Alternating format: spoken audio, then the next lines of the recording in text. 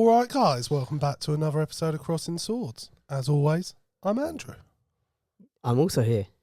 Yeah, I don't know who you are. No one knows who I am. I'm provocative. You just show up at my door every week. I get the people going. Yeah, I do. I've heard that about you. There's a few people I do that I just sort of rock up at the door. Yeah. Hope for the best. I mean, that's the way Ash lives his life. You should just expect things. Do you know what I mean? Like, you just, if you want a lift from someone... I know, I love that, but I love that. You just go and stand by their car. You're like, is it all right if I have a lift? If you want to stay around their house, I'm assuming you just knock on the front door just turn and up. let yourself in. When I went down there, I never told them I was going. I just turned up. Yeah, I can... Look, anything else would be rude. Also, the thing is, I think as much as I'm mocking Ash there, that is quite believable for me that I would forget to tell Ash that I am going down. Did I not say that was this week? Yeah. Oh. I thought we talked about it. I would absolutely think that. Yeah. I mean, famously, you were going like Switzerland or something and hadn't told anyone. Yeah, seems about right. But yeah, how you doing, mate? I'm all right. How are you? Yeah, I'm all right. Listen, I'm a different beast when the sun's out. Oh, yeah. You know, we've got the curtains drawn for the studio lights, but it is quite sunny outside. It's also more than anything because, like, it's a street out there and people might, like, walk past or... It's a bit weird. You know. Well, no, but privacy laws and things like that. Are there privacy laws? Yeah. GDPR, all that jazz. GDPR. Okay, so we're not going to give any confidential information out to any... We're not going to put bank details up. It all goes out the window if Alex is... It goes out the window? Yeah. Well, we have to give it out of the window? It goes on the window. I know, but when Alex is here, he's just full names, addresses, he mother's maiden name. He doxes a lot. There's no sensitive dancing around. And then it. when you put him up on it, he's just like, "Well, look, how many people listen to this?" He just goes, "It's done now." It's like that's beyond. That's not the point, Alex. Cruel. It is cruel, but that's Alex how are you? All over. He's a cruel. It's all going on. It's going well, mate. It's Alex, going well. I don't know what's happening. My foot's stuck. Alex is a cruel man, is what I was trying to say. He's a cruel man. How are you? Yeah, I'm all right. I'm slowly getting over this chest infection. Yes. You know, we move. I know everyone around me's been ill. I don't like it. It's weird for you not to get ill, though. It is I'm weird. almost a little bit annoyed at you. I mean, I'm happy for you because it's nice for you to not be but part of me's like, no, fuck you. I understand it. Yeah. I get it. Like, I would be annoyed. Considering normally how easily you contract... I get everything. Yeah. You're lucky to have avoided it. Honestly, literally, as soon as germs see my immune system, they're like, yeah, boy. Exactly. But at the moment, they're rather saying, disgusting! Disgusting! Exactly. Yeah. It's not me. It does make a change, though. Yeah. It does. I'm usually the one that gets every illness. Yeah. And the weather's nicer at the moment. I love the weather being nicer. I'm such a... See, if the summer was like this, I could live with it. It's not hot, it's not cold, the sun's out. No, everyone's happy. I need more heat. No, but why? Because I want to burn. Yeah, but not everyone wants I want to go out and sit in the sun and read a book and... Yeah, but then so does everyone else when the weather gets nice. Yeah. Next thing you know, you're on Brighton Beach with a million other cunts. Do you know what I mean? Yeah, but I've already told you, you're more than welcome to come to Pride anytime. Do you know what? I think 3 years in a row, me and Leanne planned like a random trip to Brighton. Pride weekend. And every time it was Pride. Yeah, every single time. Do you know there's a saying that I've always gone by? What's that? In my life? Once is happenstance, twice is coincidence, 3 times is enemy action. Yeah. Once, it just happens. You pick a weekend, what do you know? It's Pride. Twice, you're like, oh my God, we've done it again. What are the chances? 3 times, you know exactly what you're doing, my man. The thing is, more than anything, I'd be like, it's the universe understanding how accepting me and Leanne are. You know, that we're just... I'd love to go... allies. I do want to do a Pride. Yeah. And I would love to go out on a night out during, like, the Pride events. Because I reckon they're fucking sick night outs. Nights out. I feel like I'm past that now, though. I went to a gay club in Amsterdam, which, by the way, would be a great just... That's got to be in the clip, hasn't it? I went to a gay club in Amsterdam. What's just a sentence? No context. Recently? In November. Right, so yeah, recently. Recently, yeah. Were you in a relationship? I was. Fair enough. I had a great night out. I imagine. Honestly, like... The gays are great. And my passengers no issue with the gays loved here. the fact that because there were, you know, these guys in like hot pants on a stage pouring shots into people's mouths, and they were like, yeah. "Oh, I want shots, I but do I that don't want all to the go time. up," kind of thing. I'm disappointed that seen you're not me. in your hot pants now. Yeah. And they were like, "Oh," I was like, "I don't. If I want a shot from a guy in hot pants, I'm gonna go and get a shot in the guy." So I went up, and the dude like had his hand around my neck. So they got these photos of me Getting gagged by. basically getting like choked by sensually engaging with a man in hot Do you pants in think all Amsterdam. the staff are gay? No, so these two guys, right, they came out and did like this dance routine. I'm convinced after watching it that They one were of them was straight. gay for pay. One of them I think is legit gay, Yeah. but the other one I'm like, I don't think you're really You gay. do see that though. Like, there's been famous like gay male porn stars That that- just do it for, that aren't gay. yeah, But you know, that's where the money is. look, and as we discussed before, there's nothing straighter than bumming a man or no- being bummed by a man. It's just pure. Which one, if you had to pick out of the two of them, look, we're here. You want to go brought into a- it? No, you- no. you brought I up the bought gay- a night out. You went to the sex. Look, we've It happens. let's not talk about what led us here. A night out leads to sex. We know that. Yeah, I was on the pull in this gay bar. No, but they loved it, and they all followed me up to get the drinks and stuff. Okay. So it was really nice, really sweet. And then I was like, "Oh, there's no one on the stage. Just go and dance on the stage." And they were like, "I don't know if you could do that." I was like, "Of course you fucking can. Watch this." It was great. Really Look, fun night I out. see your professionalism trying to take it away from the Gay sex. from the gay sex, but we're going to go back. Okay, there. let's go back there. Do you know what you do? No, but no, that's you don't even know what the question is yet. What do you think straighter, receiving or giving? I honestly, and I'm not just saying this, I don't think either is straighter than the other. I think if you're engaging in sexual acts with a With member another of the man? same sex, that is a gay act, Yeah. any way you frame it. Even if it's over the pants touching, that's still... That's just falling around, mate. That's a That's stag just... do. It's, well, no, we're not talking about on a stag do. I presume you're Right, talking okay. about non-stag do environment. What about if we're on a stag do? Straight. All straight. No matter what's going on. No matter who's in the bedroom. What about in prison? Depends on the sentence. No, but that's the thing, isn't it? Yeah, you're in for 1 month. Day one, bend over. Listen, we're going to give you a 2 weeks. So you're like, okay, listen, lads, get them out. Let's get going. No, but there is like an actual code in America, in American gangs anyway. How do you know this? What? Like how long you have to be in? Oh, to I think not it was on. be I think gagged someone was speaking about it on a Louis Theroux documentary. I may have made that up, but yeah. But like, if you're in for a stretch for 10+ years or something, You're allowed to. you're given a pass to, okay. because a man's got needs. Yeah. But if you're only in for 2, 3, 4 years or something, no, Yeah. man, you should be able to hold that shit. Do you know what I mean? Just have a wank and go I to love how sleep. quickly you got into character of gangster in prison.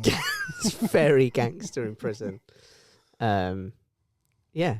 Fair enough. I was just curious. What do you think is the straighter act? I don't know. It feels offensive to say anything other than what Offensive? You Classic BBC that. said. So no, I think you're probably right. If you're doing gay stuff in general, it's pretty gay. Yeah. Do you know what I mean? And that's But- not a negative thing, by the way. If you go to a nightclub in Amsterdam, a gay club, Yeah. that's just fair game. Did you get hit on at It's all? because no. Oh. Which I was a little. I'm not gonna lie. Is I was a that? little upset I was because you know gonna what? say. As a straight man, we've certainly in our generation, and I hope it's changing for younger generations. Certainly in our generation, there was still the hangover of the thing of and it was the same for girls with lesbians, that gay people must fancy you. Do you know what I mean? Yeah. There's this predatory gay thing. I've never had that though, because I think from pretty early on, I was like, well, not all women are attracted to me. No, Do you know what I no, mean? That was very obvious. In my head, when I then discovered what gay people were, I was like, well, not all no. And listen, gay I've come men are gonna round. want me. I've come round on that, but there was a little bit of me that thought, Yeah. I must be No, I getting, can get someone must check me out. Do you know what I mean? No, look. Just on sample size, If I went to a gay club and I didn't even see a look, do you know what I a mean? little glance. I'd feel disappointed for sure, especially because famously men our standards are a lot lower. Do you know what I mean? So I don't expect as much from these men. They don't expect much in return either. Do you know what I mean? So, But yeah, no. But we went to this club first, and it was the deadest club I've ever been to in my life. yeah. And we sort of used the facilities, and then went, now should we go somewhere else? Because we'd already walked past there was like a string of about 6 or 7 gay bars opposite each other in this little stretch of this street. And we'd sort of gone through it because we were going to this bar that we'd heard about. Yeah, and we were just like, fuck it, those places were popping. Let's just go back there. Like, those people are having fun. I want to be in a place where people are having fun. And we knew it was going to be good. You walk in, for me, because look, I walk in and I hear some artist that I don't even know who it is. You know, I'm like, is this a Doja Cat? I don't know, you know. But when you go in and they're playing ABBA. Nice. I know ABBA. Everyone I'm can comfortable with ABBA. Yeah, who isn't? I can dance to ABBA. I can sing along to. I'm happy with ABBA. Yeah. It's a good night out anyway. I don't know how we feel got about into the ABBA, thing. bro. I like ABBA. You randomly brought up you'd been to A gay bar. a gay bar in Amsterdam out of nowhere. Do you know what's really weird though? Is I was 32 when I went to that gay. I'm 32 now for the record, but I was 32 when I went to that gay bar. So much younger. 32. That's my first gay bar. Yeah, I've never been to a gay bar. They're really, honestly, based on my one experience, really good fun. Do it. I can imagine. Everyone says it as well. Everyone always says gay bars are fun. Do you know what else in terms of that queer space that is on my list of things I want to do? And I've said it before. What's that? I want to go to a drag show. Because I'd do again, that. everyone I'd go just to a looks like they're drag having show. fun. Yeah. You know? Yeah.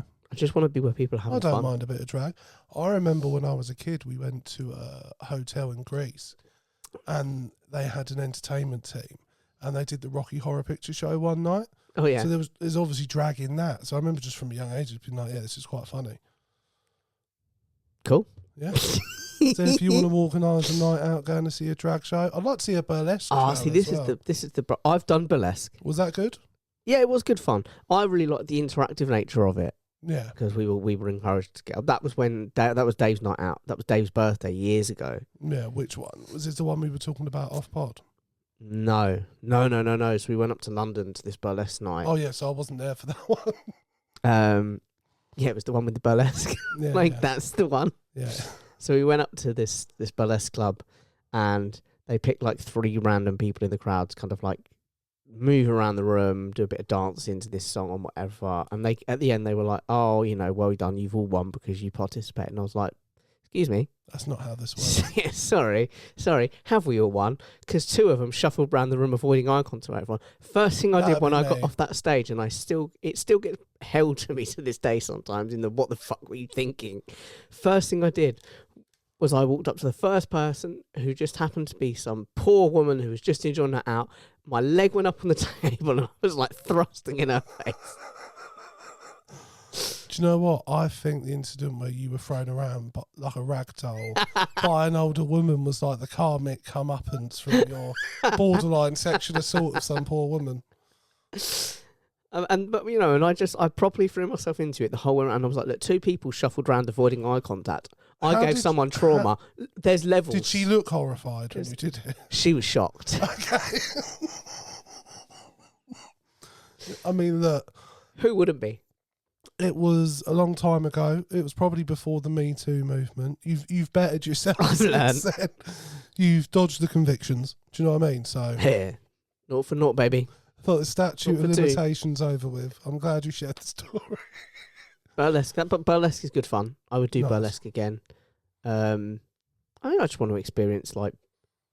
I'm a bit yes man sometimes. I just want to experience things, anything. Do you know what I mean? If someone said, let's go to the ballet, do I think I'm going to enjoy it? No. Am I going to go? I'm sorry. Yes. I'm not going to the We go to the opera. Do I think I'm going to enjoy it? No. Do you Am know I what going to the go? thing is? Yes. I don't mind opera music, but I wouldn't want to go. No. I do like a bit of opera. Yeah. Yeah. It's all right. Yeah. But, you know, do I think I'd enjoy like a 3-hour? Yeah. They're No, pretty no. fucking long, aren't But they? I'm going to go. Yeah. I You wanna- enjoy that, mate. I want to experience life. You do that, mate. Disgusting! Why is it disgusting? Because that was the nearest button to me. Fair enough. We'll let you off. Look, I think we've had our fun. We need to get serious now. Okay. So I've no. today, as of recording, we've just had the spring statement from our dear Yep. Chancellor of the Exchequer. Have you had a chance to see any of it? I know it's literally just before we recorded. Only what the stuff that was that's been leaked is not the right word, because they've been saying what they're going to do, but only the stuff in the build-up. I've not actually seen any of the budget I've got as of this afternoon. a brief overview of what's been announced. Hang on.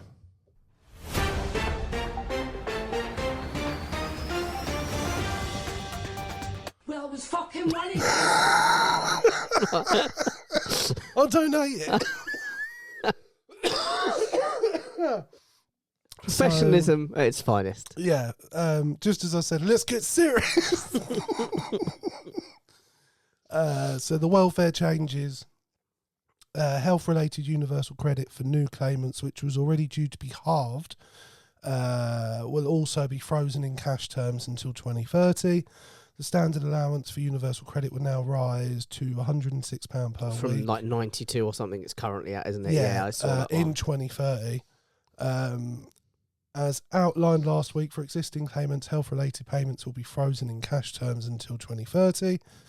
There will also be a stricter eligibility test for personal independence payments, or PIP. The main disability benefit from November next year. Incapacity benefits to be frozen in cash terms for existing claimants until April next year, with a top-up payment for those with the most severe conditions. Those aged under 22 will no longer be able to claim the incapacity benefit top-up of universal credit. The economic forecast, they've been halved for this year and apparently will go up next year, although apparently... And every year till 2030, I've seen that. But apparently the OBR, their predictions is more of like a finger licked in the wind. It's very much very loose to change. Spending rules, the OBR says that without action, the government would have been on course to miss its self-imposed raw balance spending by 2030.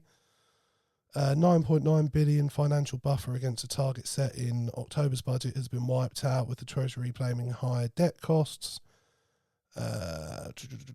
Defence and overseas aid, defence spending, which was due to rise to 2.9 billion next year, to increase by a further 2.2 billion. The Treasury says this will take military expenditure to 2.36% of national income next year, a down payment on plans to raise it to 2.5 by 2027. And ministers have said the spending will be funded by reducing overseas aid from 0.5 to 0.3%.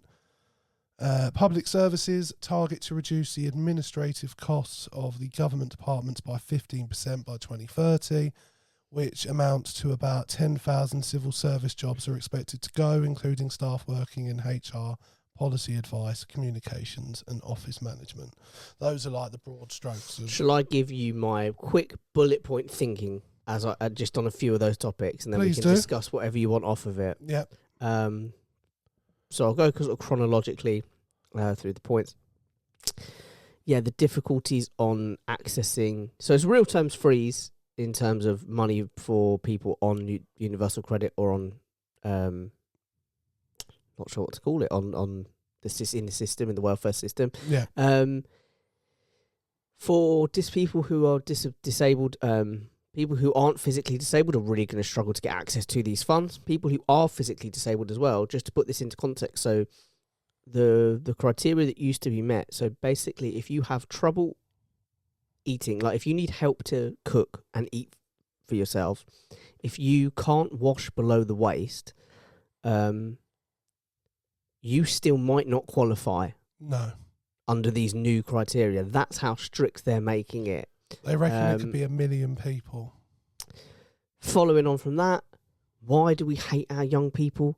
One thing I've always said I don't understand, and I understand that there's a need to balance the funds and the finances in businesses and in the economy and stuff, but I've never believed in a different minimum wage for people who are 16, 18, 24. That doesn't make sense to me. If you're working, you're working, and these people might have dependents on them, or they certainly have themselves as dependents in the same way that you or I do. It doesn't make sense why they should be paid different. So the fact that they now can't access these funds is just another attack on young people. We're just pushing them into that, particularly boys, and we may get onto it, but in the wake of adolescence, going out, I haven't seen it we're yet. just pushing these boys into the manosphere and into the hands of these people who go, yeah, life's shit, and you know what, you need to be a little bit of a bastard, and Yeah, this all these people's faults and whatever anyway. And the same with the racists and the xenophobes, was pushing them into the hands of going, it's all the immigrants' fault. Well, you ain't got no money. yeah. Moving on from that, this is probably the most right wing I get in the Ooh, moment. go on. It's not very. Whilst I never agree with the cutting of foreign aid. As discussed before, you are essentially just cutting a problem here to create a problem over there. Yeah, But I do believe in the increase in defence budget. I think that we are in a place in the world and a time in history where we may actually come to rely on military might in whatever form that I've got a takes in the couple of modern world holes or I'd not the pick world. in that, though.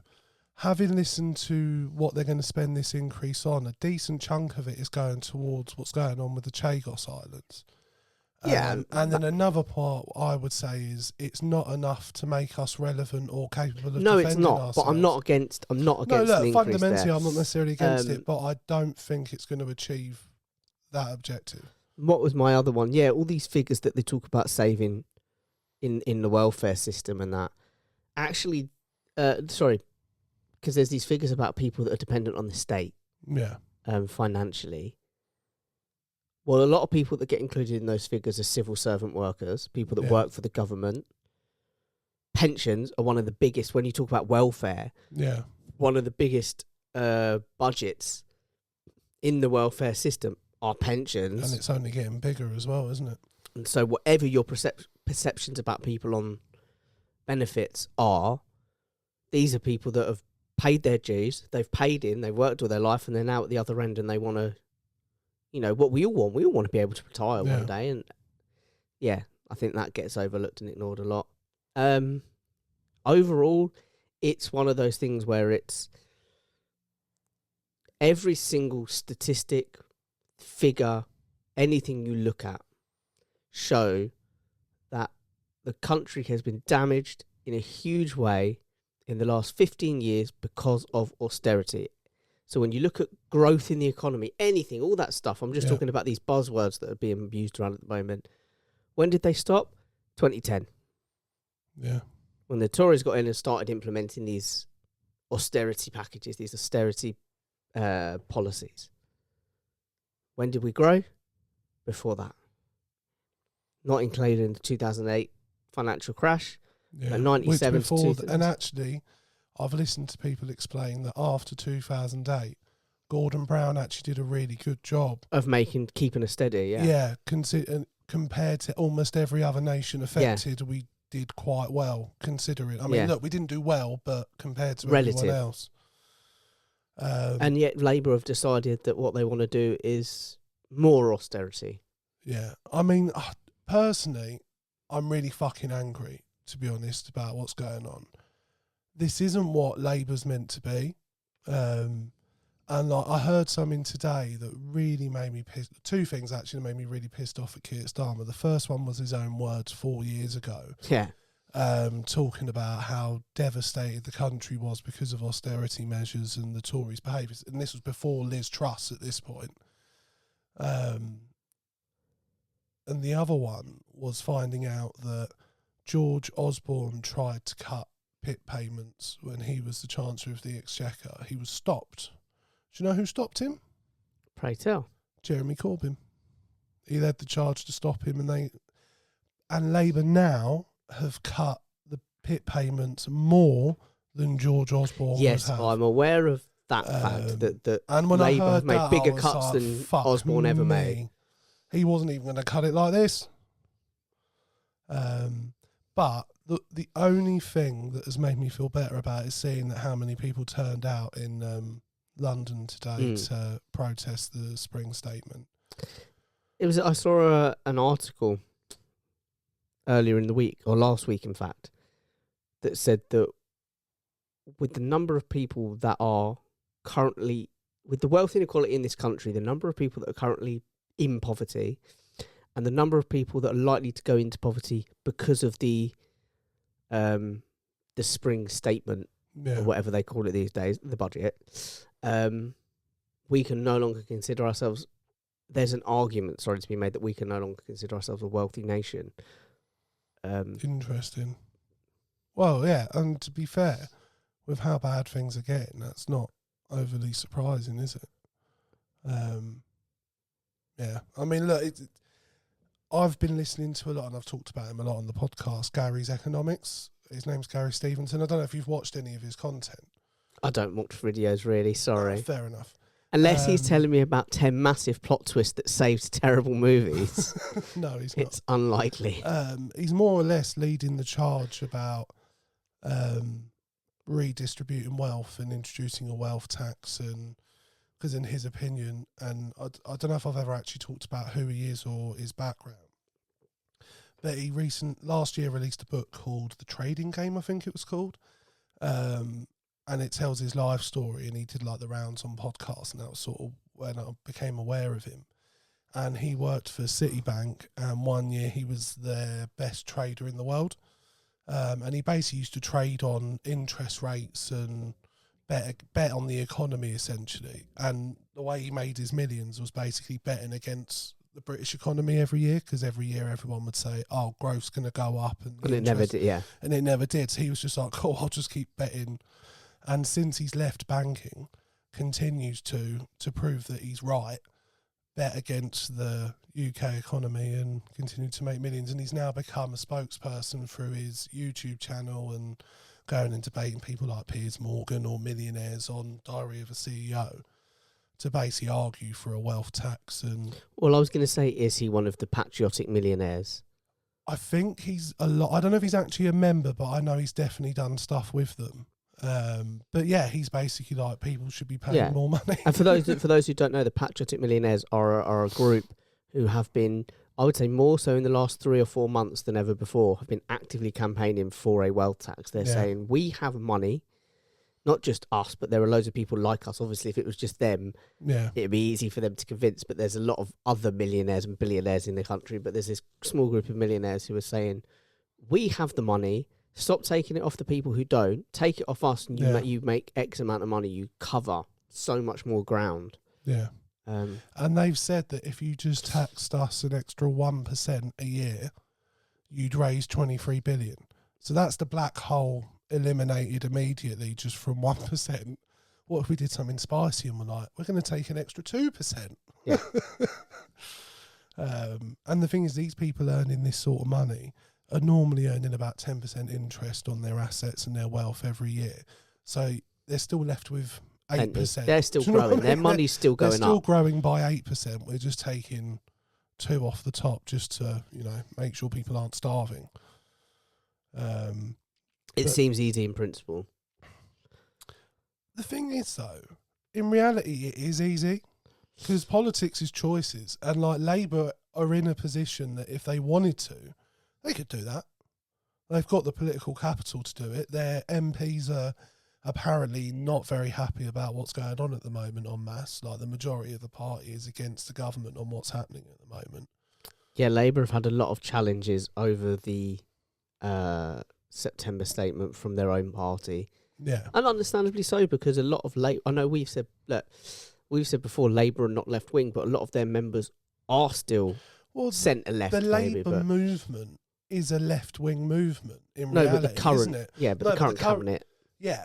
No, the current cabinet and government, absolutely not. I mean, if you're being generous, as you've said previously, they're a centre-right party or a centre-left party, if you wanted to be really, really generous. They're not a centre-left.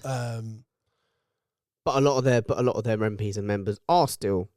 But I actually think, and I don't know what you think about this, if you take out all the really nefarious things some of the Tories got up to, I think Labour are worse because they promised something different from the Tories. Yeah, and then have delivered austerity. And they're actually doing more damaging things than the Tories were doing.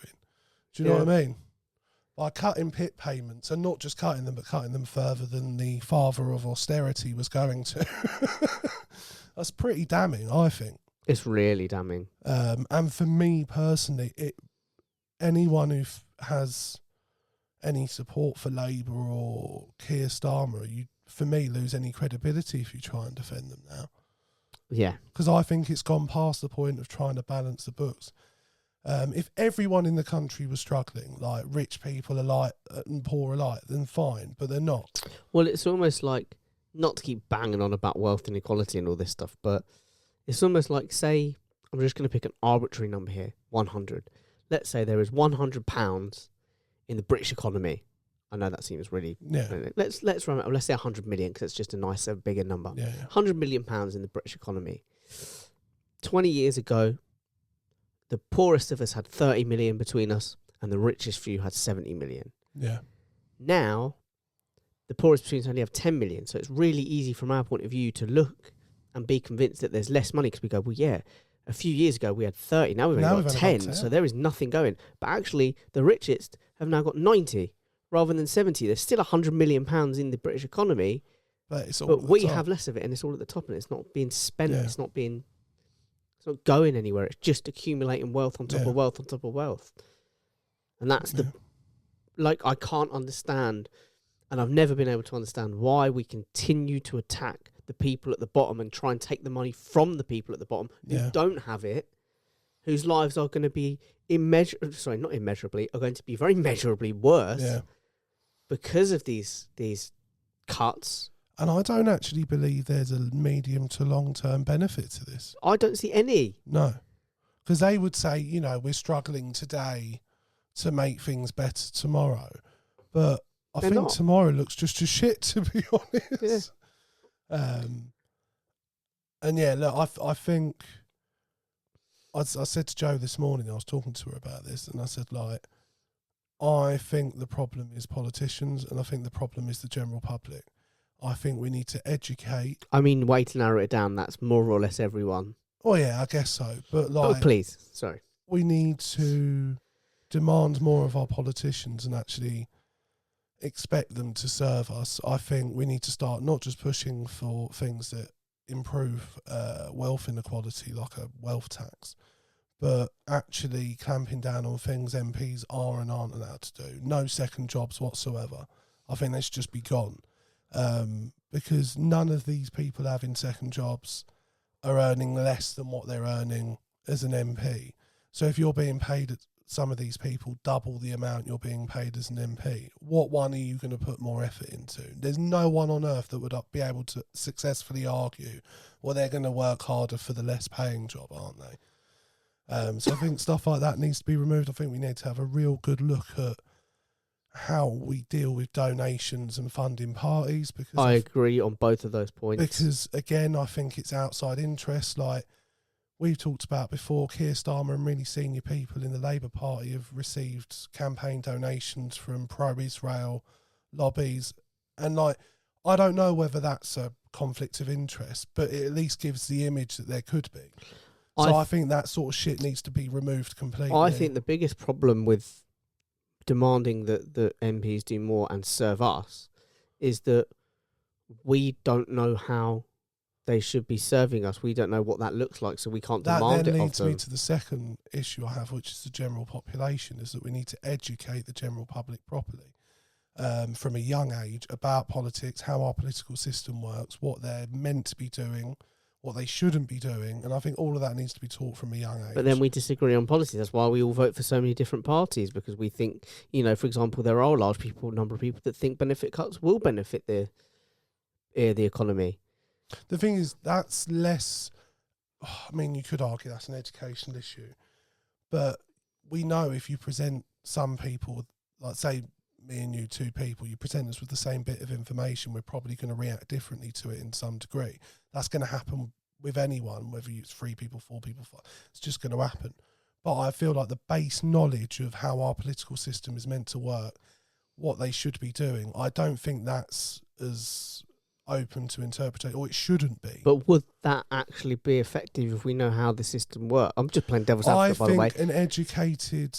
Why don't but then someone would be my question back. But then why someone, do you think I agree, it should us? be educated. But then someone comes along, a politician comes along and says, I'm here to serve you, and these benefit scroungers are taking the piss, all these disabled people are taking the piss. Yeah.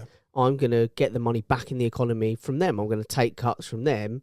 And people go, yeah, that's brilliant. Whereas I don't think that there's a long-term benefit to that. I think as well, what happens is, that thing of like, and in consumerism, once a price goes up, it never comes back down. Or at least never back down to where it was. And for the sake, for people on benefits, they've potentially losing about £1,700 a year.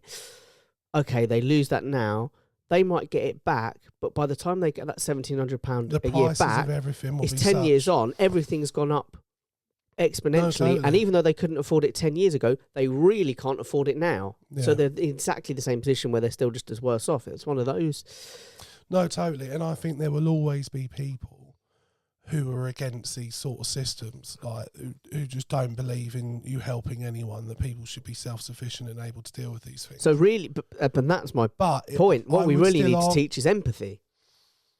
Yeah. How do we encourage empathy amongst the general population? Well, again, there's a chunk of the population that are against that sort of thing. If you start introducing new notions, like we still have an issue in this country about what age should we teach our children about sex. Do you know what I mean? Like people still get About what? Teach children about sex. What's that? Exactly. Will you tell me off air? I'll show you on air if you like. Whoa, steady boy. Look, it's straight. You get in there real deep. It's very straight. Um, It depends what role you take, but it's very straight. But yeah, so I think we need to educate the public. But I think the only time anything ever changes is if the general public forces it. Do you know what I mean? It's from a mass movement of people creating a environment where politicians can't ignore it anymore. I would say these two things. There's no coincidence that people with academic backgrounds, so people who are educated to a higher level traditionally, tend to vote on the left, and that people with who drop out of school, who certainly with horrendous grades, and I realise academia isn't everything, but there's no coincidence that people with who are, for want of a better term, less intelligent, tend to vote on the right. And there's no coincidence that because of that, Donald Trump is trying to cut. Interesting that all representatives of the right are usually very well educated, and it's because they know exactly. It's because they know that, yeah. But that comes down to having and not having. Do you know what I mean? That comes down to, if I have something, I want more of it, I think.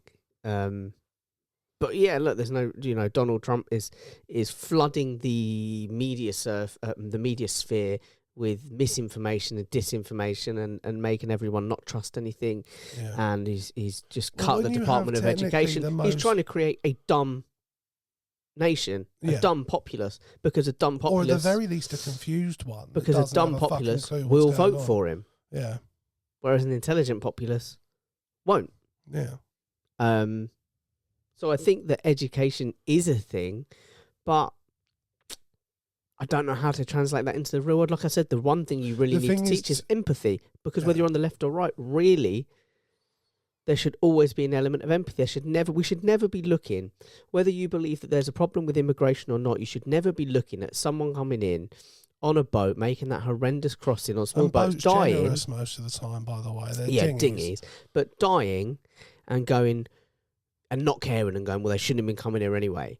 Whether you believe there's a problem with immigration or not, there should always be room for empathy. Yeah, on every side of the argument. I couldn't agree more, mate.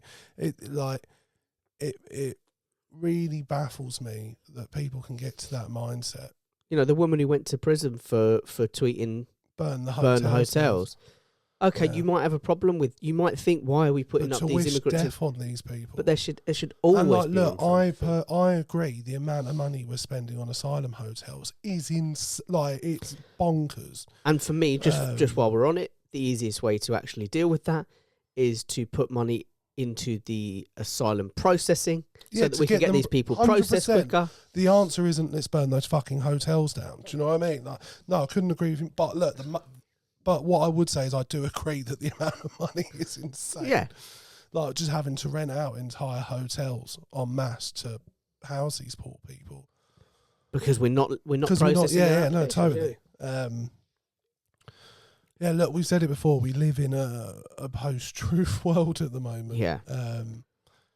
where you can have your government stand there on television and say, we're putting money in your pocket, whilst actually doing the complete opposite. And yeah, when you've got the most powerful man in the world, just out and out lying, or saying one thing like calling what's his name, Zelensky, a dictator. Yeah. And then when it's brought up to him the next day, go, I don't believe I said that. Yeah. It's like, what? Like, what's going on? Like, the worrying thing is that how, like, not shocking any of it is anymore. Do you know what I mean? Well, I said to you yesterday, didn't I? I shared with you a story about that's happening in the US. This I had to read that a couple of times. What the service is called now? Signal, the Signal leak. Yeah. We'll tell you about it. But the words I used when I said it, because I went to type out, I went, "It's shocking, isn't it?" And I had to delete it because I was like, yeah, well, "It's not shocking. It's not though, is it? It's not. It's not. It's horrendous, and it's really bad. Yeah, but it's not shocking. It's actually not." No, like under a Trump, like to be honest, I can't really think of anything. Like maybe like finding out Trump had sent a nuke off somewhere. I think I would genuinely still find that shocking because it's such a mental thing to do. That does shock me with Trump, I suppose, is when I stop for a minute and go, we're like 9 or 10 weeks in. He's got 4 years. And that's 9 or 10 weeks, not even 9 or 12 months. It's not even like we're a quarter of the way through. We're like fucking 5% through his fucking presidency. Yeah. Yeah. I don't even think he's got all his people confirmed yet either. Do you know what I mean? Like, he's not even got his feet properly under the table But again. just to get everyone up to speed, the Signal story is that a journalist for The Atlantic, I think it is, called Jeffrey Goldberg, was added to a group chat on a messaging app called Signal by a senior politician. I can't remember which one did it. Mike Waltz. It was Mike Waltz. I had it in my head, Mike Waltz, but I thought I don't say it because I can't remember all the names. I remember most of them. That app then, on I think it was March 15th, started firing up. March 14th, it might have been, started firing up with messages about a planned aerial strike in Yemen on the Houthis. And it was very much initially almost like not a debate, but like they were talking about, should we do it now or in a month? And JD Vance was on there saying like, I don't know if this is the right move. I just, I feel like we're bailing out Europe and I fucking can't stand Europe or whatever. And I think Pete Hegseth mirrored those sentiments. I didn't realise apparently there's some issues with the Suez Canal, which is a very important trading route for almost the entire the whole world. Yeah. When you look at a map, either you've got to go all the way around Russia or all the way around Africa, or you just cut through the Suez. Which is a man-made canal. It's the same with the Panama Canal.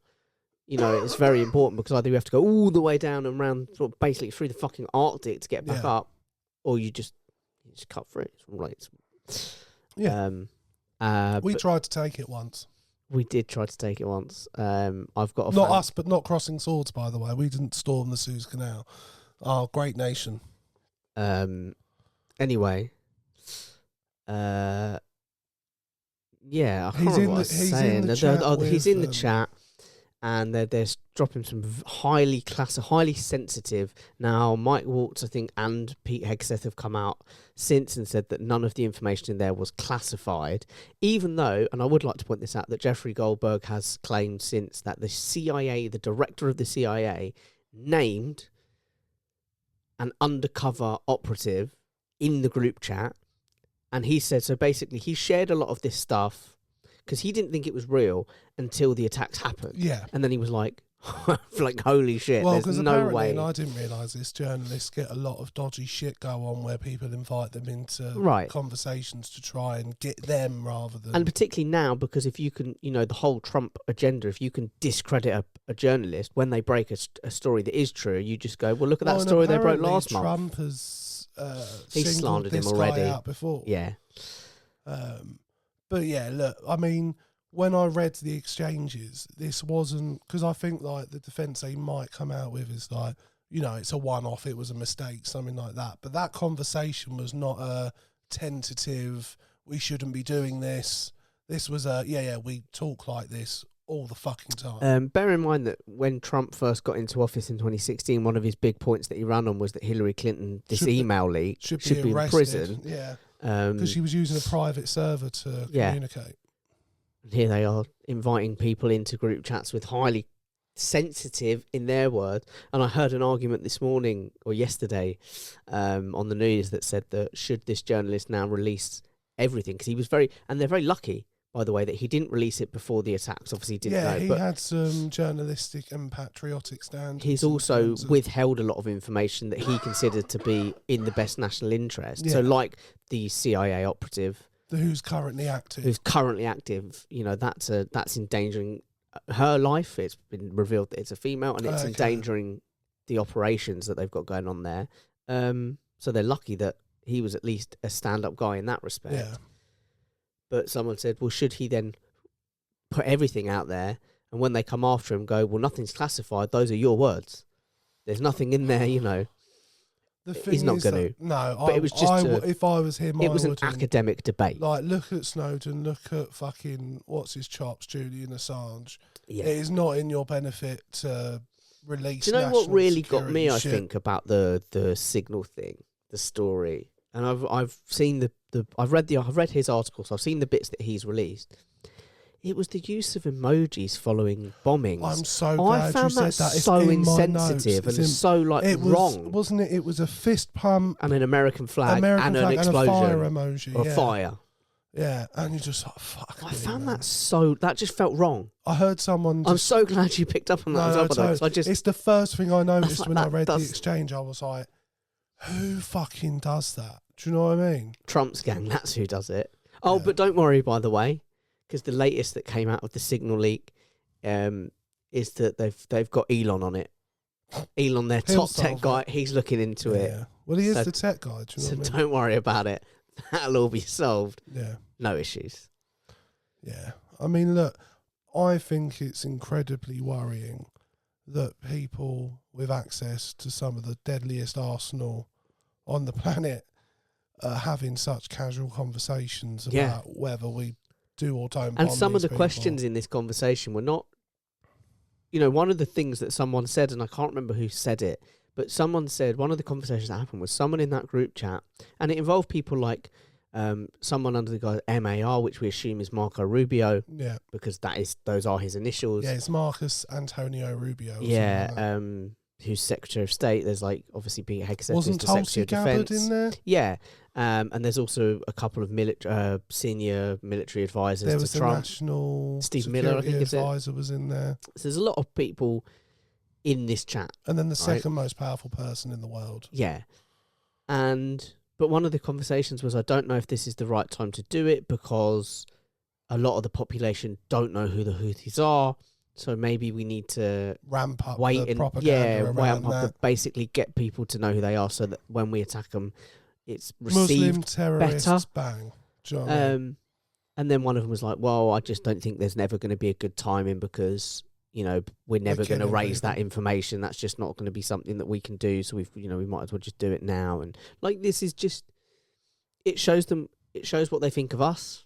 Or by us, I mean like the American population more than anyone. But it doesn't matter where you look. It's pretty bad. It's horrific. Which side of the pond?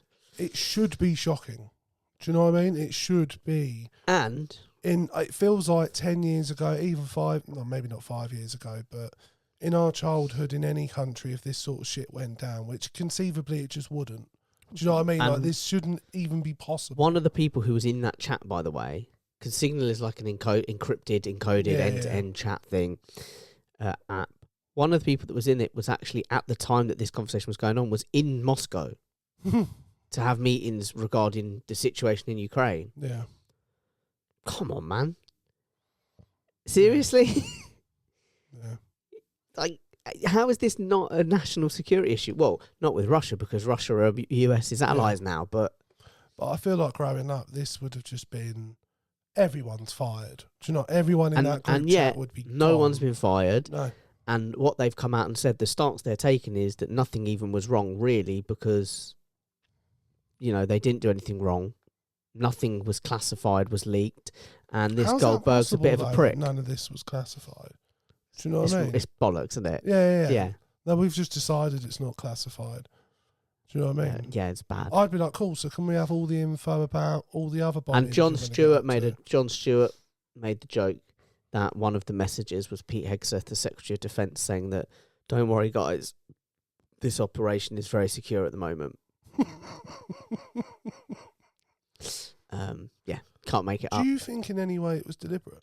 What adding him and what benefit? Well, in my head, part of me wondered whether it was just a bit of sabotage from someone within. I see. Trying to show him up. Show them up for what Maybe they are.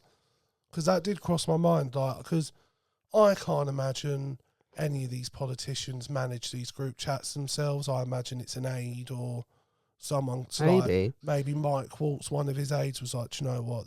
Everything the stuff I hear." Because if they're doing this in group chats, imagine what they're doing face to face. Yeah, behind closed doors.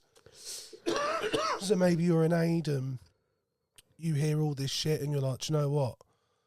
None of them are even going to fucking notice if I had the chief editor of a magazine, or a newspaper. What I don't know what the Atlantic is. I'm assuming magazine. A magazine. Let's just add them in and see what happens." No, yeah, maybe it. Equally though, and the reason I'm inclined to question that, at least not go with it and go, surely it must be, and go at least, I actually don't know, is because I've never before seen such blatantly flaunted idiocy. These people are saying, never mind doing, the dumbest things that you could imagine. And I don't just mean George W., who came out with quite a few. He had some famous ones. You know, really idiotic. Like they're saying genuinely the stupidest things imaginable, but they're saying it with such arrogance and such conviction. And then the second that they're told and proven that that's not true, their response is either, well, that's just, your opinion, mainstream media and all that, or they go, I never even said it. Yeah. And it's like, here's a tape of you literally saying it. They're like, no, you're taking that out of context. That's absolutely not what. So that the fact that these people are so stupid and say such stupid things makes me pause. Because like you said, 20 years ago, if this story broke, I would have just gone, something's happened. There's something ulterior going on here because there's no way these top officials are that dumb. Now I'm like, no, they are actually that dumb. It could just be incompetence. Yeah, it very easily could be. So I don't know. It's just interesting. It was a thought that popped in my head. Do you think it was or is that just like you said, a thought? It was just a thought. It's not anything I'm pinning my hat on, so to speak. It's fair enough. Just a thought that crossed my mind. Fair enough. Because the thing is, you want to be generous at someone working for one of these politicians that somewhere inside of them there's a soul. Do you know what I mean? Yeah. There's some... there's a little Jiminy Cricket in there somewhere telling them right from wrong. Do you know what I mean? They're just usually able to ignore it. I don't know. Yeah. But, yeah. But the one of the things that alarms me about it as well is this attitude towards America's responsibilities and the things it signed up for and the treaties it's a part of. And the way in which that's seen and valued now, because as insulated as America is, you can't just go around carrying out international politics as if it's a school playground. There's only so long that works for, until eventually you just turn everyone against you. Do you know what I mean? Yeah, well, there's plans being drawn up in Europe currently as to what happens if America is an enemy. Not an enemy, but what I mean? It's not an ally. Yeah. If they're no longer someone that we can... And the thing is, I think we're already there. I do. I think we're already at the point where you have to assume I don't think it's too far gone. I think it's recoverable. It is recoverable, but we're not far off the point where you'd be like, it would take a lot to trust America again. Do you know what I mean? Yeah. Which, given our entire lives, we've heard about this special relationship. I've never really seen any evidence of that anyway. But it's always been the special relationship where we go running to them and they've never really come running to us. Do you know what I mean? It's a very one-sided special relationship. Oh, totally. I mean, we Totally. get the scraps at best. Yeah. Yeah. I don't really know what benefit we ever really had from the American one. I imagine a trade one, a sort of relevance by association, but beyond that, And an arm on the shoulder that said that if anyone starts a war on you, we've you've got your back. But I wouldn't. That's not the case. I wouldn't put my mortgage on that now. Do you know what I mean? I wouldn't put any money down on that. I wouldn't, especially if it was against Russia. I wouldn't have any, I don't know, confidence that Trump would have any interest in defending us. No, not at all. And Not at yet all. to see it in black and white from American government officials that they begrudge holding up a treaty that means they have to protect the Suez Canal because of how important it is to world trade, Yeah. just because it costs them money. Yeah. You know, you're like, oh, fuck. They're like, should we be doing this? Yeah. Like, I yeah. don't- like, Obviously you and you should. saw it in the conversation. They were like, 2% of our trade goes through the Suez Canal, whereas 38% or something goes for Europe. And he was like, yeah, you're really missing the point, mate. Really missing the point. Yeah. But yeah, no, just continuing frightening times. Yes. Well, speaking of continuing frightening times, we won't talk about it too much because I know you haven't seen it, but I do think we should mention Adolescence. It's on my because list it's of the things biggest. to watch. So I binged it on Monday. Okay. It was one of them where it's quite amusing. We'd never explicitly said that we were going to watch it together, me and my partner. But She you just messaged put me. one on Well, she and- messaged me one night and said, "I've just done the first couple of episodes of Adolescence," and I was like, "Oh." So I thought we were gonna, Yeah. but you know, I'd never said that. So anyway, I binged it on Monday because everyone was talking about it. I have to say, do watch it if you get a chance. It is fantastically done. One of the things that I like about it artistically, It's all done in one shot. Each episode is one shot, so it's very cleverly done. So it's also very important. This is just I've me heard from. people say you don't notice that either. No, you don't. But this is me from an artistic point of view because I'm very into all that stuff. Yeah. So it's about the use of the camera. Says in the third episode, which is the one that everyone raves about, by the way, because this kid, Owen Connor or something his name is. Don't ask me. He's never acted before. Yeah, I heard that. So for them, like for the directors, they were like, it was actually better because when actors come in and you're like, well, we're going to do it all in one take. He didn't have like, Any I'm not going to do that. preconceived Yeah, he issues didn't with have it. any He was issues just with like, that. He just, that's cool. how we do it. Yeah. But he's phenomenal in it, and that third episode is absolutely incredible. But what they did is they went through the script and they kind of be like, right, here we need the camera to be still, and then something happens in the screen, so the camera needs to come to life. It is very clever. And that's all got to be choreographed. So choreographed, because like in the first scene in the first episode, so this is no Imagine spoilers, by the fucking way. up in the final scene, by So the it way. opens with the police raiding the house and arresting this boy. Okay. And they then drive him to the police station. So you've got all of that. You're going into the house, you're moving around the house, then you're getting in a van and you're driving Yeah. to a police station and you're following into a place. That's a lot going on. But what it explores the manosphere and the dangers of what these young boys is. And this, I think, because there's been a lot of debates in certain parts of the country about it's gone woke. And the director copped out because it was knife crime, so it should have been a black boy Yeah. featured, or it should have come from a broken home. But the whole point is that this can happen to anyone, white, middle class. I mean, they're not middle class, but white, well-off families with healthy family lives. Mum and dad both present, both full of love and care, and Lads can get. it still can radicalised. happen. All right, that's the message. Yeah. There's something though that I want to touch upon that really struck home for me. Okay. In this story, because it is really well done, and it is good, and it hits home a lot. I've heard it's a difficult watch.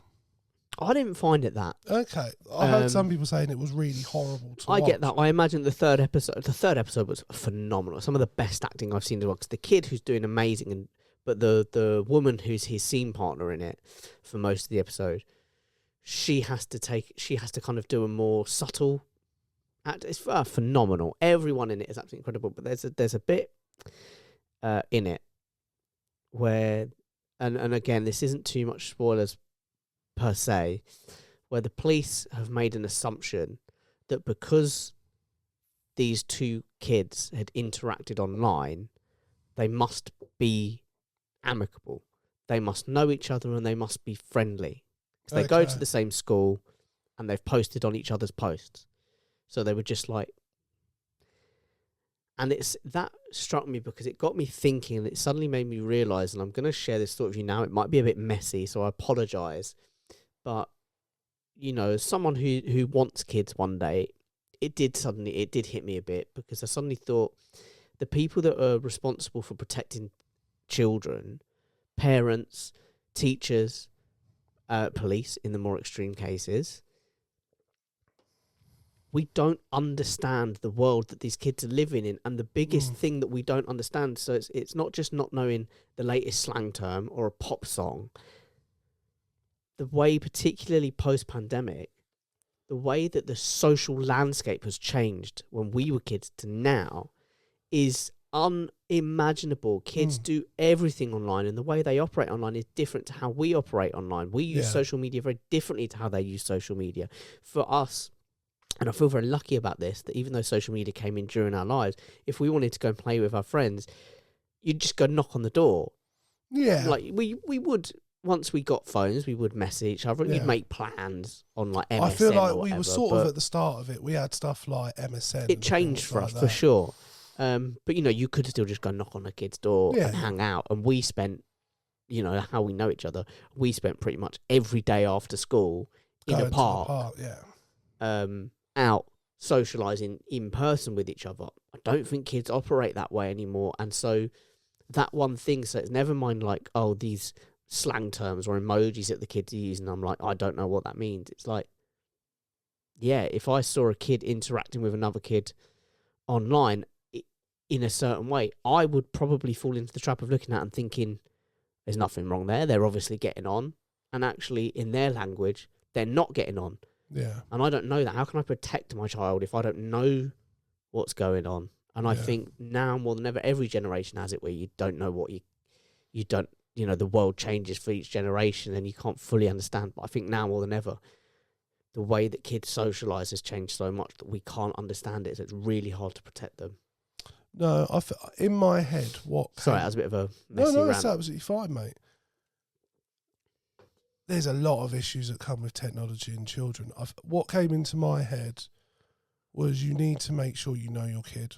I think that's the only real tangible way as a parent that you can protect your kids from this. And what I mean by know your kid is like understand them as well as you can and know the difference between when your kid is stressed, when they're happy, and, you know, when they're covering up their emotions. Where, you know, you need to really know your kid, because what we know is when kids are being bullied, rarely do they. Some kids do, but by and large, I think a lot of kids don't share when they're being bullied or if they're being harassed. And I know from personal experience, when you're being bullied or harassed by someone, you feel like asking for help is either making you a failure or it's going to make it worse, or you'll get some sort of comeuppance. And I think you've got to make sure from a young age your kids know that no matter what's going on, you'll have their back, that you'll back them to protect themselves, that you'll back them in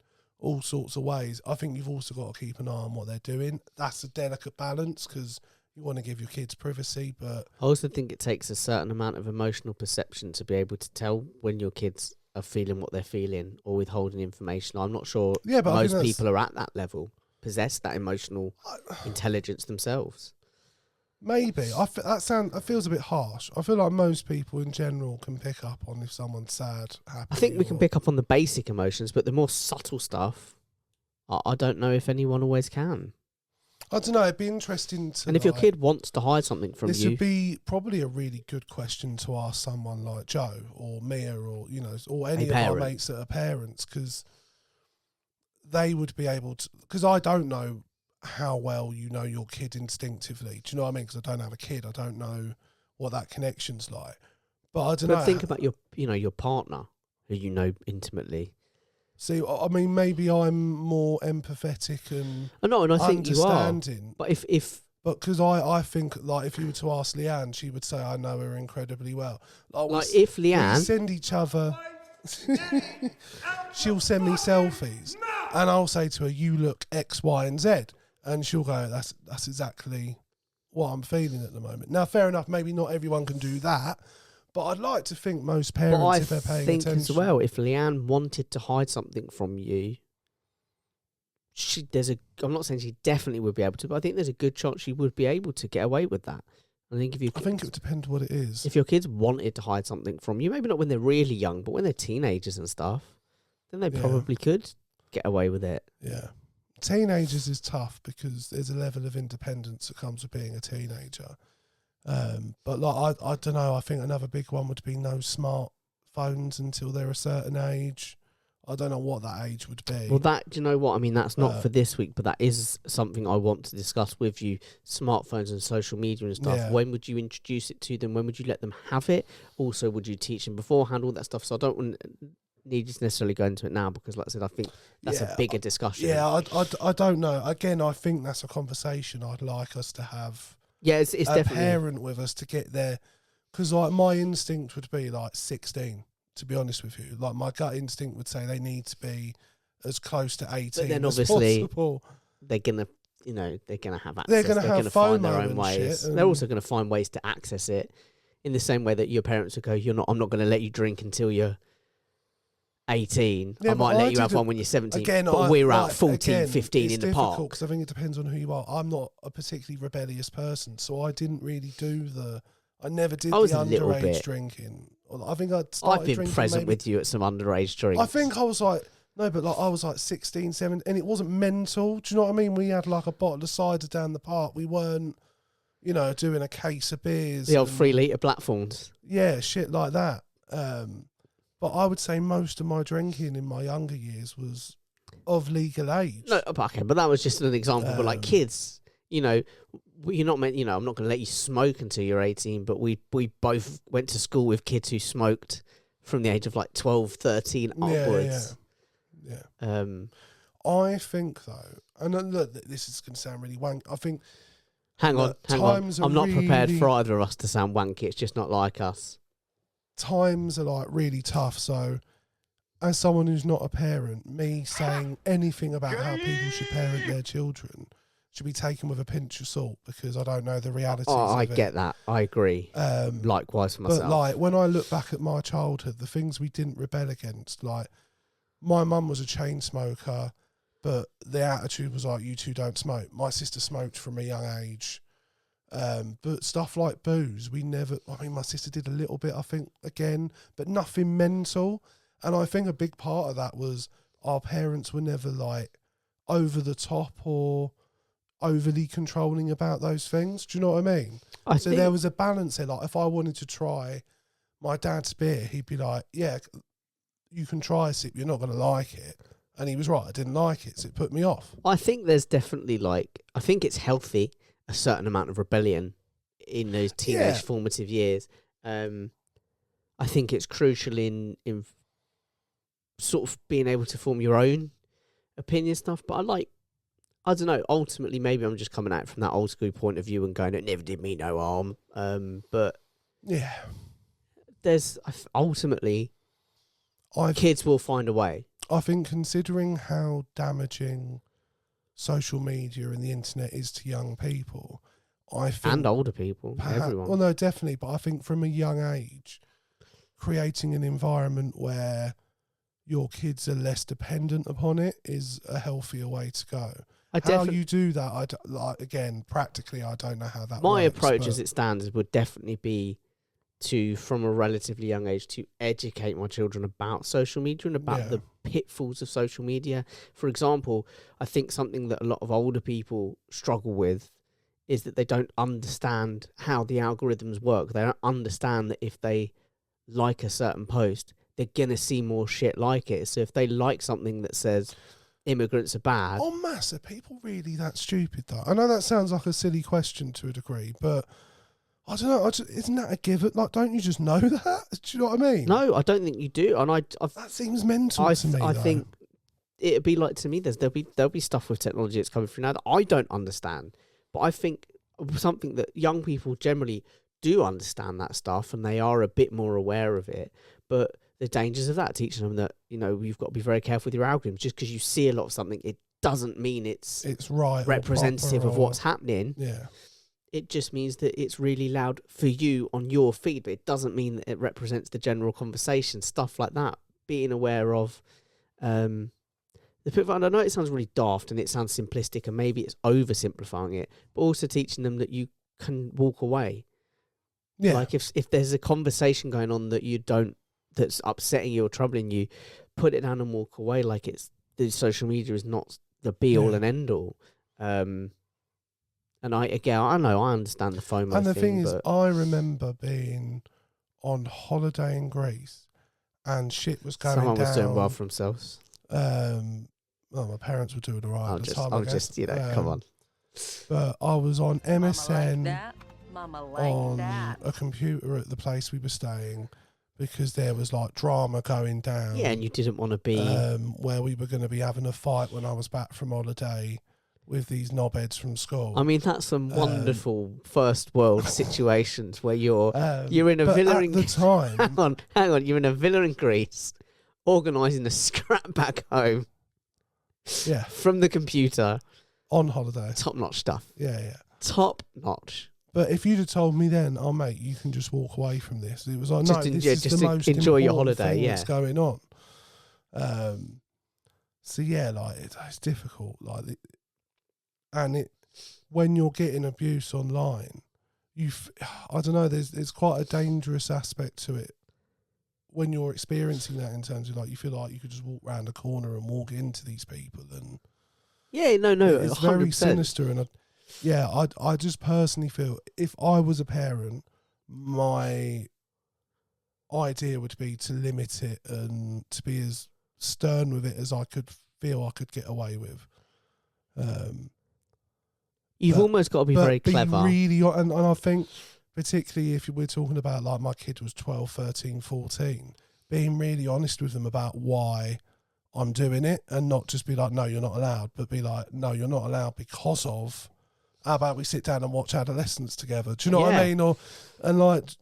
I don't know what happens in that, but no, and I think also just really trying to instill in them a strong moral code and empathy. It goes back to empathy, just trying to make sure that they are empathetic, so that as they get older, when it comes to issues like consent, empathy kicks in. Yeah. And they have that empathy that can feed their moral conscience, that can then guide a decision and know that, you know, what consent is, and that it's, if someone says no, even halfway through, that means no. Yeah. And that comes from a place of their own moral guide, that comes from empathy, that they empathise with the person. So I think that's probably one of the big things. You just got to try your best to raise your kid to be a nice That's all you can do. Yeah, I said, you always got to be clever and anticipate that them as much as you anticipate that they're going to rebel and try and work out in what ways almost. Yeah. And look, from conversations I've had with parents, there are a lot of scenarios I nearly reached for the shirt, where parents have to sort of just go, I've done as much as I can. It's up to them. I just need to see how they get on with this now. Yeah, 100%. So yeah, I think from a young age, maybe in school, there needs to be some sort of subject, or maybe not a full subject, but like a regular lesson that children receive around the latest shit going on. Do you know what I mean? In social media, or because kids will just do what they want. Kids are kids. Yeah, they are kids, but the way they see the world and considering the world is how bad it could be at the start of it, I can only imagine as what kids are doing now. Yeah, do you know what I mean? Yeah. So, where are we for time, my man? We've got about 10 minutes. Okay, because there's just want to finish light. Go on. What you got? One of those. And now for something a little more different. I'm going to read the name here. Emmanuel Stephen Liddon, 24 years old, from Sydney, Australia. Fucking right, mate. Living in suburbia with his parents. Emmanuel Stephen. Emmanuel. Because of my nose blockage, I can't quite do Manny. I imagine he goes by Manny or Liddy. Manny. Liddy. You know, his surname's Liddon, so he might go by Liddy. Liddo. He'd be Liddo. Right then, Liddo, what you been up to, my mate? Did he fuck a kangaroo up? He did not fuck a kangaroo up. You don't fuck a kangaroo up, they fuck you up. I know you think you can fight one. Just one punch, man. Yeah, one punch. All right, mate. I'll tell Enjoy it. I'm so disappointed. Aussie's one of my better accents, but my cold. But the cold is. I don't think it was bad though. No, but I can do better. So Emmanuel Stephen Liddon, 24 from Sydney, living with his parents. Yeah. He's arrested after a hazmat raid of his parents' house. What was he doing? How much did he wank? After he'd ordered plutonium. And they also had to deplete some uranium as well. So he bought these from a US. Was he just building bombs?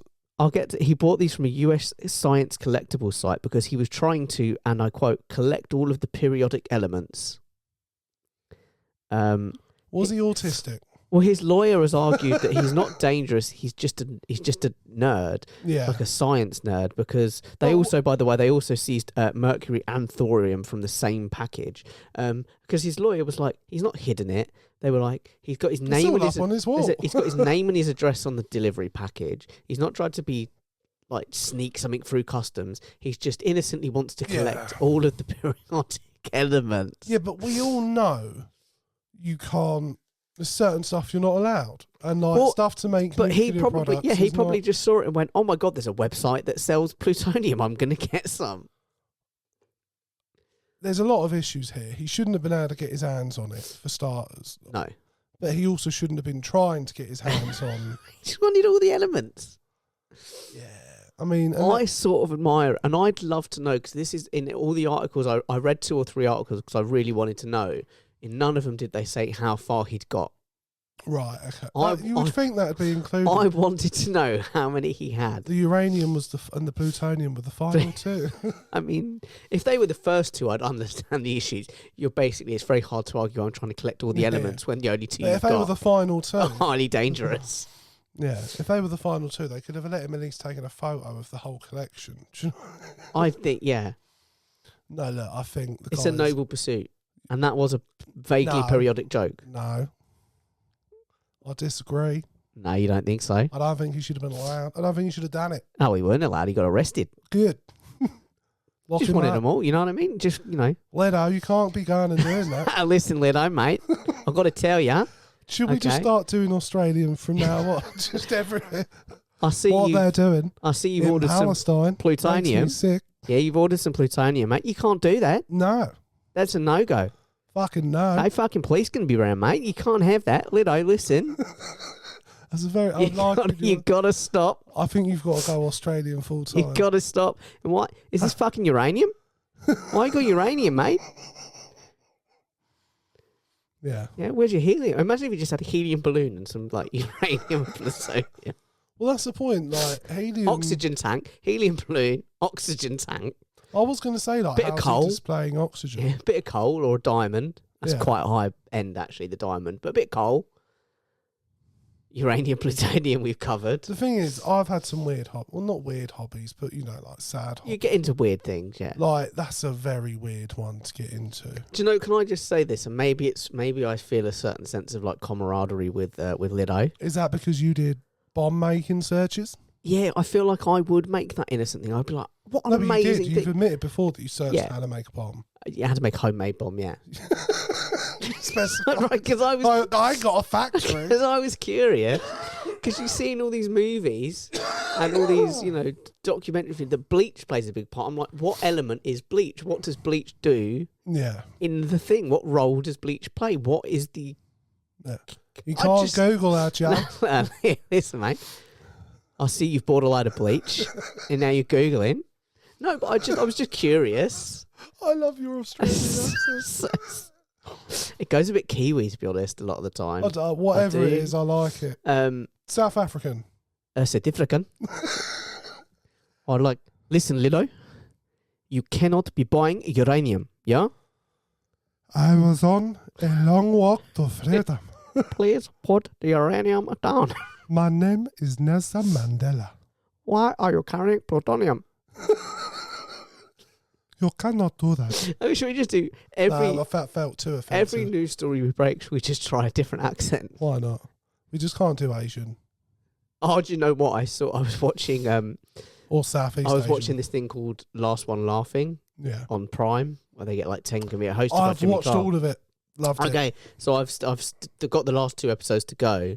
Oh wait, no, Um, I might be one. When were they supposed to be It out? comes I out watched tomorrow. 4 Actually, episodes. yeah, I've watched 4. I've So watched the 4. one where Richard Ayoade goes, "I'm going to read this letter," and Rob Beckett just goes, "He was Chinese, wasn't he?" That Do you know what? It's brilliant. The show actually. it is I really it like works. It really works. But they've got a really good group. Yeah, apparently Do you the know what I Irish mean? one was very good. Oh really? Dara O'Brien hosts it, Okay. but I wonder if there's anyone because I know a few Irish comedians. yeah, honestly, but that bit you made me think of that bit because he's just read them Rob Beckett cuts to outside. Bob He's like, Mortimer's Magic Show. so funny. Yeah. When they were like, "You bastard, you utter bastard." And I've never seen Richard Ayoade so close to Yeah. smiling. Do you know what made me laugh as well? And they all appreciated it was that Joe Wilkinson decided to just do a straight delivery about the RNLI. And it nearly And had all of it them. nearly had all of them, and they were all like, "You're a fucker." The bit I really appreciated was Richard Ayoade convincing them to open the doors. He Yeah, did it doors. so well at the doors that they actually opened them. No, but Elliot just made me think that, and then Rob Beckett. No, very going, good show. I'd recommend it. I know you can't do that whole Chinese accent thing anymore, but the game's the game. It's brutal. Do you know what I mean? That's where we're at. But yeah, we can do Australian. We can any do day. any just any sort of vaguely European accent would work. Yeah. Scottish, Welsh, Irish, the full. Oh, Nation. aye. What? Aye. What was that? It was weird. That was like a Scottish grandmother. Yeah, it was a bit. That's exactly who I had in my head. Some little old lady. Was it? Why Yeah. did you go for lady? Mix it up. Fair enough. If we can do Australian, we can do women. Well, There's a Jaco, quote. There's a quote. I missed If that. we can do Australian, we can do women. Famously. Fucking plutonium, man. Oh, aye. I mean, Aye. that's like Fucking the best part of Scottish I can do, and it's just a fucking Billy Connolly impression. Anyway, just thought we'd end on something a bit happier I like it. It's cheered me up. that some people I have. was Yeah, feeling- but I can see myself getting into that. I can see myself falling into that pitfall going, I'm going to collect. And what I need is that's where I need someone next to me to go, you can't do that. Yeah. But if he didn't have someone saying, you can't order uranium online. No, but like again, I just feel like that's something you should just know. But if I came across the Well, I website that was think- selling uranium, I'd go, oh, it's probably absolutely fine. I think we should remove all warnings on bleach and stuff like that in terms of don't drink this. What, and just let natural. Yeah, because I'm selection sorry take its if you course. are thick enough to drink a bottle of bleach accidentally.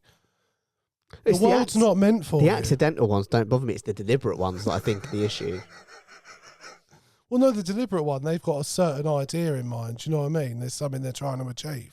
Whereas the idiot who just picked up a bottle of bleach and was like, this looks nice. Yeah, but what if you're trying to get rid of like COVID on the inside? Then Again, see how that goes for you. natural selection. If you, I heard, what's his name? Daniel Sloss talking about, Oh yeah, what's his face who made Apple? What's his name? Steve Jobs. Steve Jobs or Steve wasn't it? Could have been And either. that he decided not to go for treatment initially when he got his cancer diagnosis. Oh yeah, and did he just drink loads of like orange cap? Well, he was like, carrot juice or have you something?" heard of kale and Reiki? Yeah, And like Daniel Sloss was like, if you want to use alternative methods, accept the alternative outcome. Yeah. Yeah, and yeah. he had like apparently for a period his skin had like an orange hue because he was like proper on the carrot juice. He went through all sorts of weird phases. He was a fruitarian at one point. Where He was a fruit something. yeah, that he we was an can all agree. interesting man. He was an interesting man. But yeah, any time I hear about natural selection, I always think of Daniel Sloss. He was Just angrily talking about how big a cunt Steve Jobs was. absolutely fair. But yeah, guys, sorry for a little bit of a downer episode. We just got real, man. We just Sorry if Sometimes- sorry if our realness was too real well, for look, you. we Do started you know what I'm off saying? talking about bumming. We, went into the serious Sauntered stuff, through the spring statement. and then we turned Australian. went through an American scandal, and then Talked An about Australian the issues idiot. facing young children and online, facing young and children. then went Australian. What an episode! Look, it's been a roller coaster. You can't get that anywhere else. Maybe there's a reason for that, but Look, there's a niche. I think we are covering a niche of two men in a living room discussing the news of the day, being In a Australian bit weird and accents. silly with Australian accents. Someone out there needs this, and they just haven't found us yet. Someone out there's going, I like the news, but I wish it was done in an Australian accent. You By go, but I not don't want to watch it. Australian I don't want to people." watch Australian news. Maybe we should. I did think the other day we should do sketches. But yeah, I've got a list of sketches ready to go. Oh shit! Because I could like that's a one lie. I've got straight like away. 3 sketches ready to Aussie go. newsreaders. Aussie newsreaders, Yeah. just chill as fuck.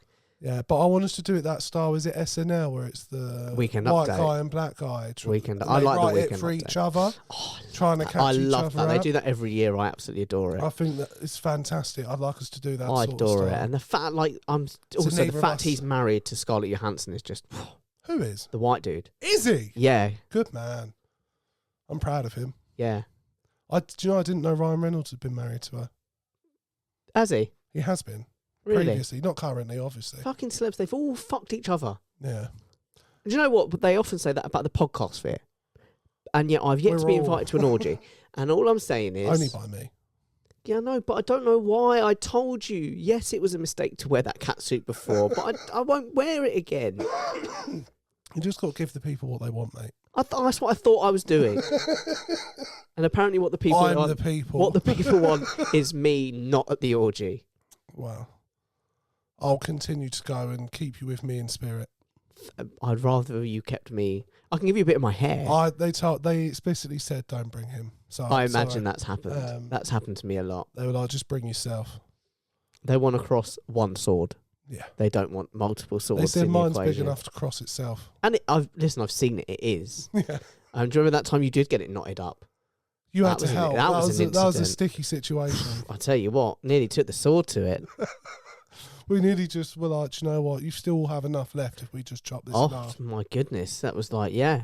Have you ever seen a tree bend itself over in a wind? That's what it was like. I'm the only person out here donating penis to people with micro penises. Do you know what I mean? And I'm grateful for it. You're my first. I'm still not healed properly, but I am grateful. It's not gay if the bumming is with technically your own. Oh, penis. imagine that! Like if you did a penis transplant and then had sex with yourself. Is that a thing? Oh, that's got. Do you reckon that's happened? I don't know. Anyway, we've got to wrap this up. Okay. It's getting crazy. Jake, point to the screen. You saying we've not got enough time for me to do it? No. Guys, you can find us on Twitter at Swords Crossing, on Facebook at Crossing Swords, Instagram and TikTok is CrossingSwords_podcast. You can email us at CrossingSwords19@gmail.com. Thank you. And also just do us a favour. Click on the link in the description of the audio episode. Click any video, but we'd appreciate the most recent one. Go on it, click like, comment something, anything, even if it's just a fire emoji like JD Vance. Yeah, comment you slag. Yeah. You slag. You slag. You're thinking of Danny Tyre, aren't you? Little bit. Yeah. Guys, we'll see you next week.